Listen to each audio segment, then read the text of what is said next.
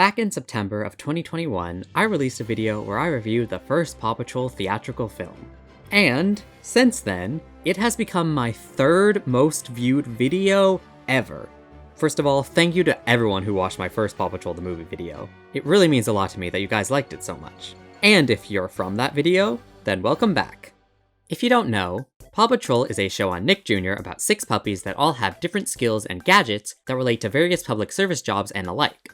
They go around their town of Adventure Bay solving people's various problems, whether it be trivial or life-threatening. We got Chase, who, let's be real, is the main one. Sky, a slightly sassy, slightly sweet girl boss. Marshall, who is quite frankly way too popular for a dog whose primary motif is just falling down a lot. Great shot! Rubble, the hands-down best character in the show, yes I said it. Rocky, the creative recycling dog. And Zuma. And take all these descriptions with a grain of salt, because contrary to popular belief, I actually haven't seen the show. They're also being led by this kid named Ryder, who despite being wrong a lot, is still wholly trusted by these children that he is manipulating. I mean, that he is leading. So that's the general synopsis of the show. But now let's get into this new movie. Will it be good? Will it manage to be better than the first? Let's find out right now.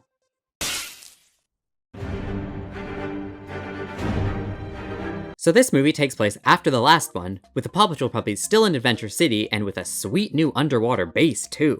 They respond to a call of a couple trapped in a building surrounded by fire and explosions! Already trying to justify their PG rating, I see. The team saves the day, but the villain of the movie, a mad scientist named Victoria Vance, gets away with their junkyard magnet crane thing. What do you even call those things? So Victoria Vance uses the crane she stole to build a meteor magnet to, well, pull meteors, of course. But she doesn't have enough power to control it, so she ends up destroying planet Earth. Okay, she doesn't do that. She only destroys the Paw Patrol. So with their house destroyed, they have nowhere left to go. Except for that giant convenient underwater base that I mentioned. Then they low-key steal the meteor and give themselves superpowers with the crystals inside? They just keep it all for themselves? How selfishly greedy those little... So yeah, the basic plot of this movie is the Paw Patrol have superpowers now, and Victoria Vance wants to steal them, because she feels that they were rightfully hers. I mean, she's kinda right there, but she's the villain, so don't listen to her. So that's the external conflict of the story, but what about the internal conflict? Like the last movie, this film centers around one of the main puppies and their personal struggles. This time it being Sky. Sky's conflict in this movie is their insecurities about being small. They go pretty hard trying to showcase this from the get-go, so you really don't miss it. Oh, Janet, grab the little one so she gets in the photo. I'm fine down here. Come here, sweetie. And some of us never grow at all. I hate being the smallest pup. Well, Sky, I'm almost as tall as you. Well, I'm definitely taller. But not for long. Initially, I was concerned that this storyline wasn't going to be as deep as Chase's anxiety and emotional trauma in the first movie, but it proved to still be meaningful and certainly is still applicable to young kids who may experience similar insecurities. Before I get into my likes and dislikes about the film, first I want to talk about each puppy's superpowers. Spoiler alert, they actually don't really matter as much as the marketing would get you to believe. The dog's powers come from these crystals inside the meteor that attach themselves to each puppy's collars. Sky gets the power of both flight and super strength like Superman. Chase gets the power to go fast! Like the Flash. What? Did you expect me to say Sonic? Nah, I like the Flash more. So what if Chase's color is blue like Sonic? Ugh, fine. Chase becomes Sonic the Hedgehog. Are you happy now? Rocky becomes Magneto, as he can move metal with the power of magnetism.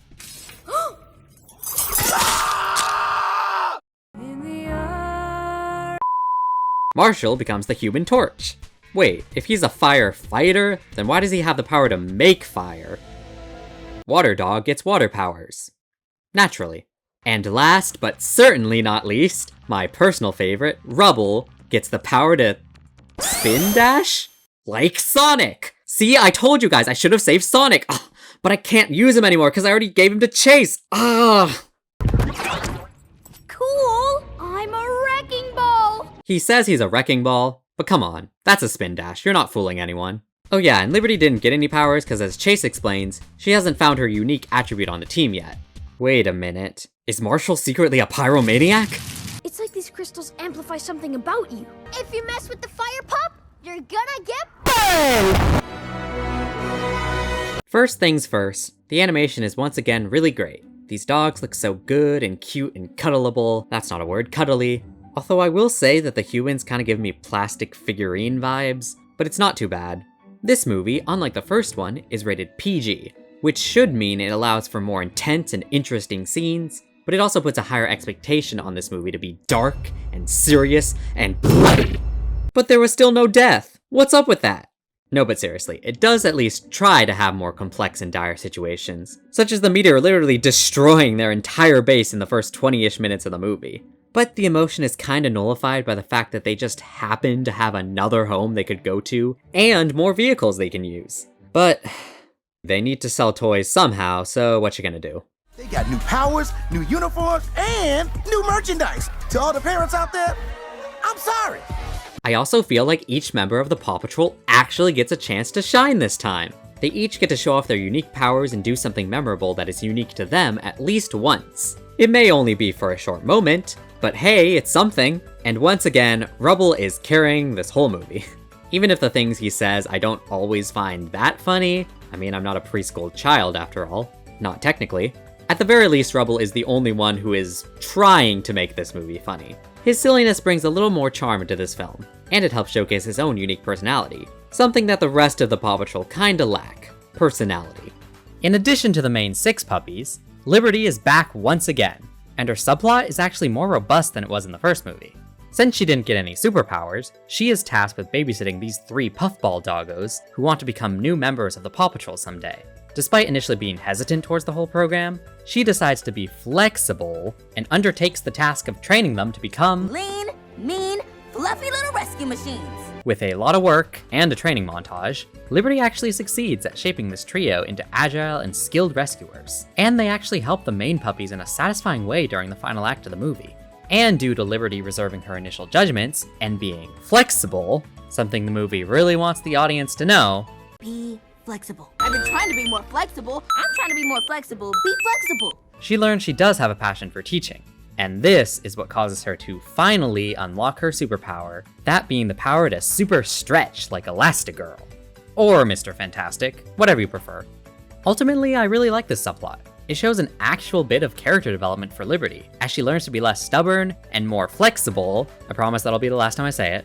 And it teaches her that even if she isn't able to do what the rest of the Paw Patrol can, she still can contribute in her own unique way and form her own unique identity, rather than try to conform to any of the other main puppies' identities. I think this is a pretty solid message for young kids, and a fairly engaging story with multiple satisfying payoffs. I mean, the flexibility thing was pretty foreshadowed.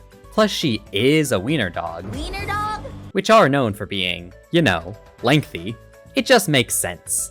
It's actually crazy how Liberty has better character development in this film than the entirety of the actual main Paw Patrol characters, minus Skye.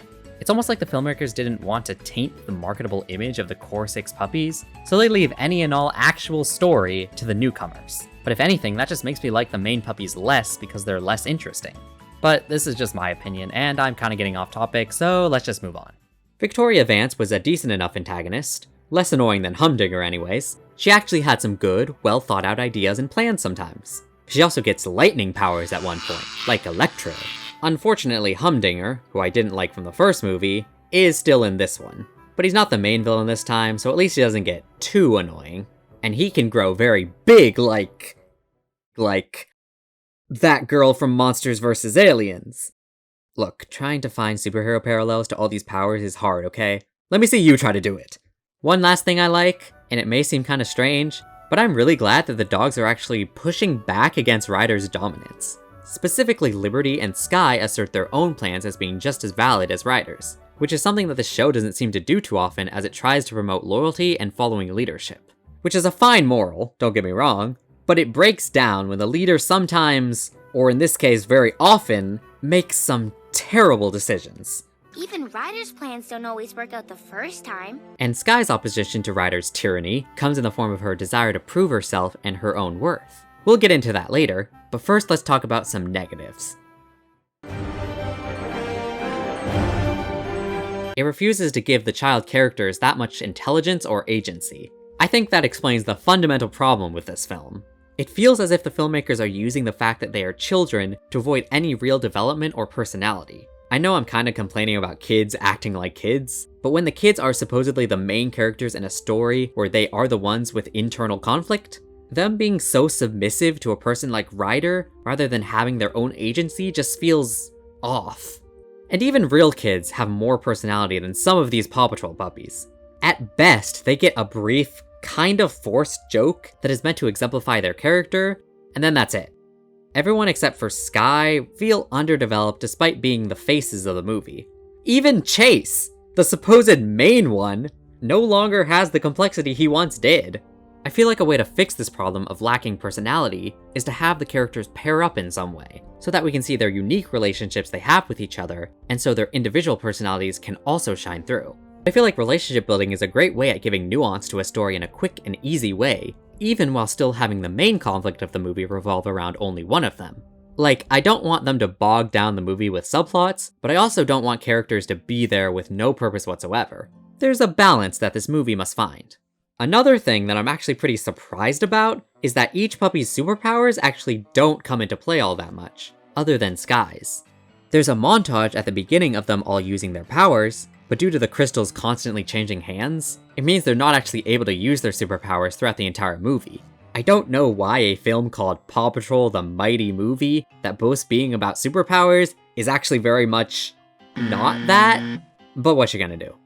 The last problem I have with this film, and I've alluded to it before, is Ryder. Oh boy.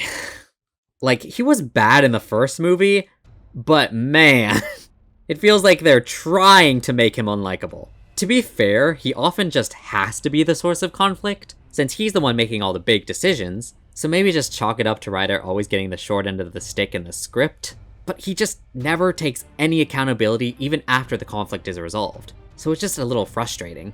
And despite the fact that Ryder is still technically a 10-year-old child, he acts like the adult of the movie, while all the dogs still act like children, being obedient to the adult in their life, in which Ryder would fit that role.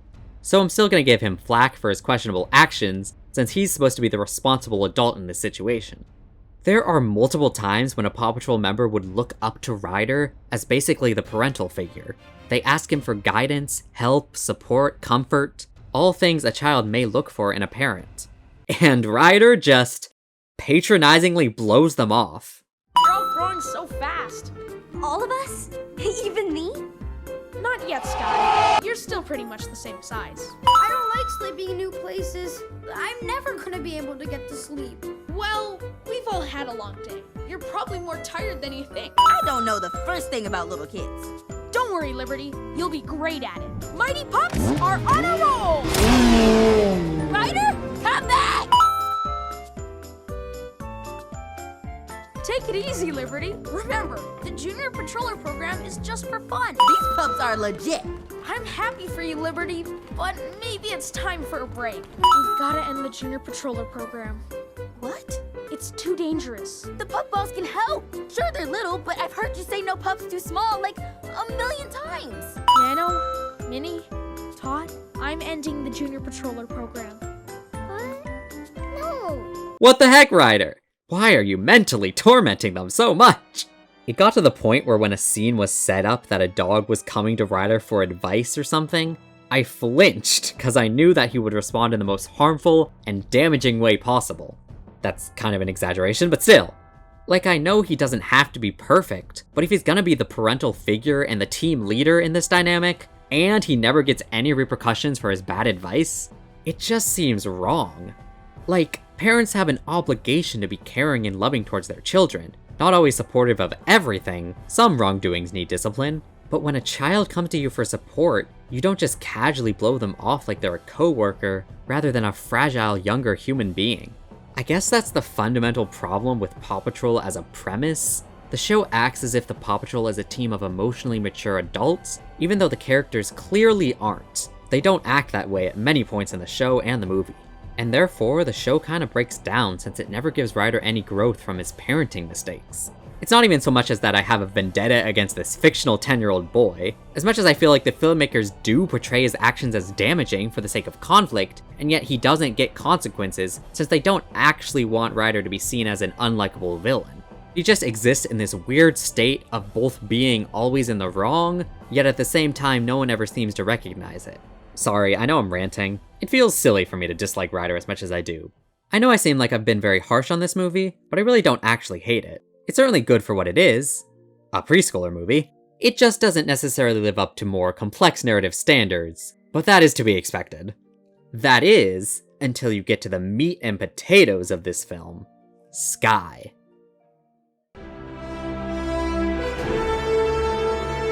Ah, Sky, the girl of the team.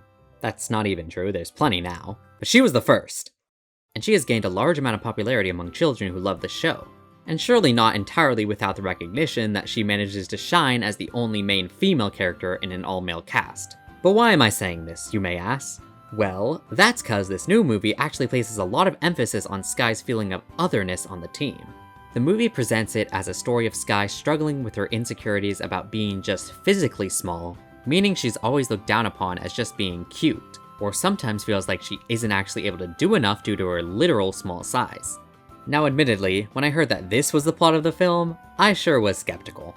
Sky literally saved the day in the last movie all by herself, and now she's suddenly having insecurities about her abilities? Like, girl, have some self-respect! Nevertheless, I went into this movie open and ready to see what they had in store for me with Sky's narrative. And oh boy, was there a lot. First of all, they actually have a little mystery about Sky's past that they foreshadow a little at the beginning before revealing it in the middle. Sky has a little scarf, bandana, handkerchief thing, which they show earlier in the film as something that brings her sorrow when she looks at it, but don't immediately tell us what it is. I know it's very simple, but it would still be a fun mystery for a child. Sky's insecurities do not only stem from her being small either, they grow as she keeps making mistakes in the movie. The first instance is when Ryder and the gang get a call about a plane that's about to crash. Ryder, who always sends out every single dog on a mission, even when it only requires one, decides that this one time, he should send Sky completely on her own with no backup whatsoever, despite the severity of this particular mission. Yeah, there's no way that's gonna go horribly wrong. Oh, wouldn't you know it? It was a trap by Humdinger and Victoria Vance. Who could have seen that coming? They then steal Sky's crystal, and since she's too short to grab it back, they get away and leave Sky to die. Yes! I'm finally getting the death I've been wanting. Okay, fine. She doesn't die. She manages to take control of the plummeting plane, cause, you know, she's Sky, the one who's good at flying, and she lands it safely. But she still feels pretty bad about losing the crystal. We then get a rare instance of two of the dogs talking in a serious scene for an extended period of time.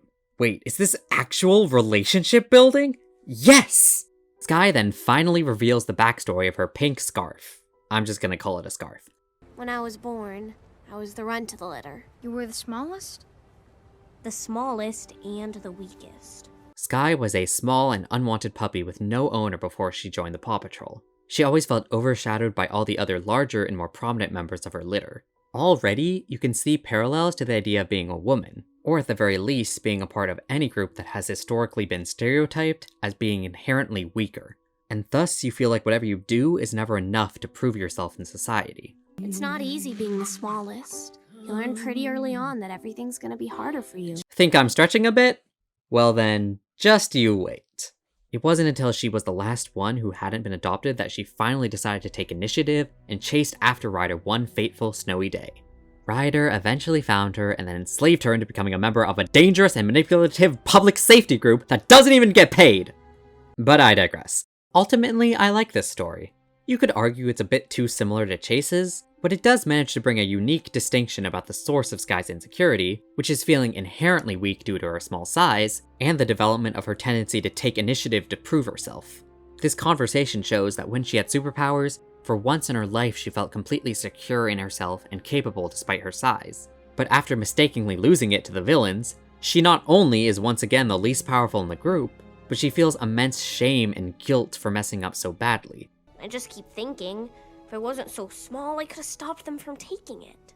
Unfortunately, Chase does not really say too much in the scene though, so it's kind of a missed opportunity to have these two really relate to each other on their insecurities. I shouldn't even be in the Paw Patrol. Ryder didn't want another pup. And if he did, he sure wouldn't have picked one as small as me.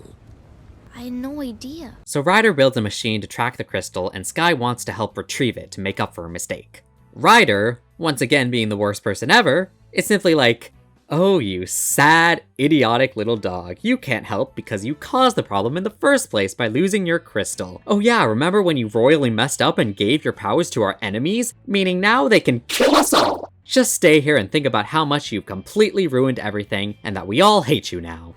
Okay, maybe he doesn't say that exactly, but that's what came through for me. You don't have superpowers anymore. But I have to do something. Until we get that crystal back, I need you to stay here. Wait a second. I've been thinking. Victoria Vance only has one of the crystals, but you guys still have the other 5. I think you guys still overpower her, okay? You don't have to mope around too much. Wait another second. There are 7 crystals, right? Liberty has one too, and she's not even using it right now. Just give that crystal to Skye, and she can still go on the mission to stop the villains, Ryder. Literally, how has no one thought of this?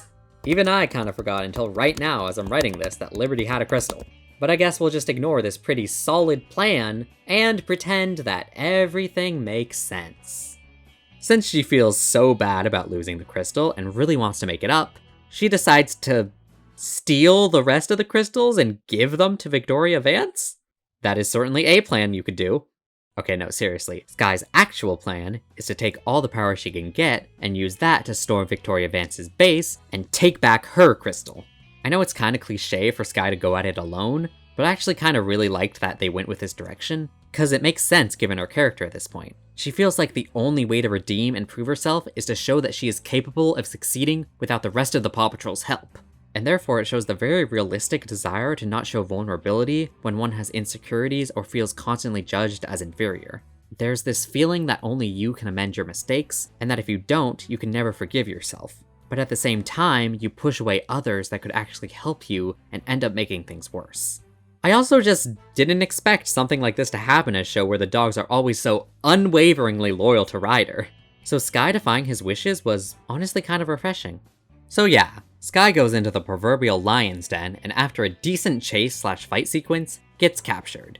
Oh, do you need me to slow down so you can keep up, little pup? You're so predictable. Victoria Vance now has all the crystals, and Skye now must feel even worse about herself. And then we get to, quite possibly, my favorite line in the movie. While Victoria Vance is venting about how no one ever listened to her, always disregarding her as a mad scientist, and making her feel small, Skye responds with, I know what it's like to feel small and insignificant. Like you have to work twice as hard as everyone else just to prove you belong. That's why I risked everything to get my crystal back. But all I did was make things worse. Turns out I am too small to make a difference. Chills, am I right? At this point, I was just sitting there thinking, this is definitely about being a woman, isn't it? I know what it's like to feel small and insignificant. Like you have to work twice as hard as everyone else just to prove you belong. Whether or not this was fully the filmmaker's intentions, I think the metaphor still works very well. Skye's smallness could very well be interpreted as a symbol of her being the only girl on the team, always being overshadowed by the male puppies, or always being only seen as the cute token girl rather than an equally capable member. Despite this, the message does not come across as necessarily demeaning towards boys either. I mean, they couldn't necessarily do that since there are plenty of male Paw Patrol fans too, but it just generally focuses more on Skye's personal struggles and insecurities with her smallness and femininity. She has essentially internalized the idea that just because she is a girl, she cannot be that powerful. And it's interesting that this insecurity does not stem from a specific villain, but rather from constant, subtle acts of patronizing. Oh, Janet, grab the little one so she gets in the photo. I'm fine down here. Come here, sweetie. Everybody say junk! Even characters that are meant to be good in this movie are still some of the perpetrators of propagating this idea of smallness onto Skye. And yet this film does not end on this somber note either. After defeating Victoria Vance and saving Skye, Ryder decides to, once again, task only Skye to stop the incoming meteors. Pretty bold move, I will say, considering what happened last time you tasked only Sky to do something. And Sky thinks that too, since she You says, still believe in me after everything that's happened? I've always believed in you, Sky. You're the reason I started saying no pup's too small. that is actually kinda wholesome and encouraging, and it might actually redeem Ryder a little bit. Surprising, I know. Oh yeah, and Chase decided to give Sky his crystals so that she'd have more power to fight off the meteors with. It's a cute and meaningful gesture that I thought was meant to showcase their individual friendship, but then the rest of them follow suit, so I guess not. So then Sky fights off all the meteors with her epic super strength and flight abilities, and they all conveniently drop into the water, and not over the city destroying everything. But uh-oh, a giant meteor is about to crash and kill everyone! Come on, gimme death, gimme! Ryder tells Sky to just save herself, which is kind of a jerk move to everyone in the town who is about to die, but Sky affirms that she can do it by repeatedly chanting "No pup is too small," whilst flashbacking to admittedly unrelated events from the movie earlier to give her the strength. She manages to destroy the mega meteor. I'm gonna be honest, I thought this moment was a bit too cheesy cliche. And didn't we already do this ending in the last movie too? Sky is dead, but it turns out she isn't. So the town claps and Sky stares off into the sunset while finally letting go of her pink scarf, symbolizing how she's finally overcome her insecurities and feels comfortable with her size, gender, abilities, and her own worth. Yay, happy, but kind of abrupt ending. As I think you can already tell, I mostly liked Sky's storyline. Now there are certainly some criticisms I have with this story. While Sky did learn to believe in herself more, I wouldn't necessarily call it a character arc.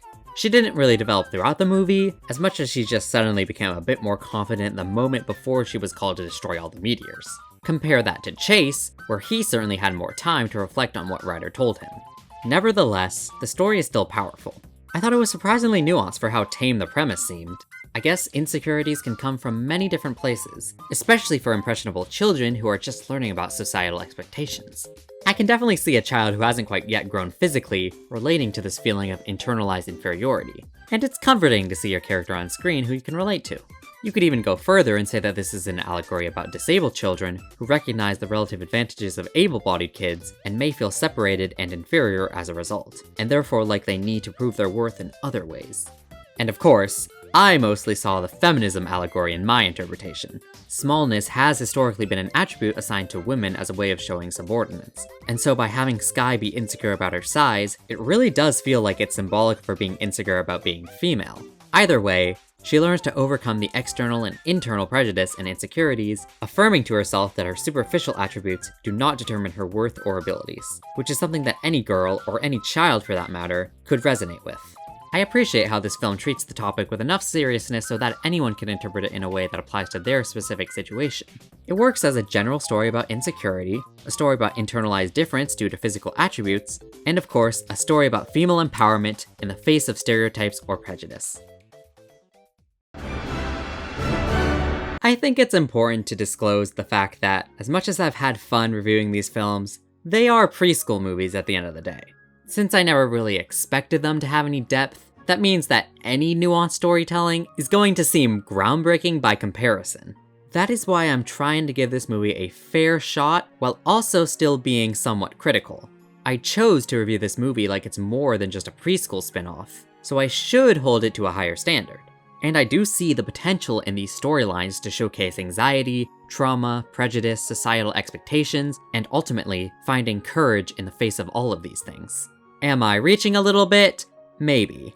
But I do still believe that it is important to introduce even young kids to these mature topics that they might be facing, so that they can resonate and find strength in the characters that are going through these same things. And personally, I believe that interpreting a movie in a way that makes you enjoy it more should be encouraged, even if it is Paw Patrol or some other overlooked silly story. If just one child out there, or even one adult for that matter, can really feel inspired by the way characters like Chase and Sky continue to fight despite their struggles, then I feel like it's worth it to recognize the surprisingly deep nuances of an unexpectedly good film such as Paw Patrol: The Mighty Movie.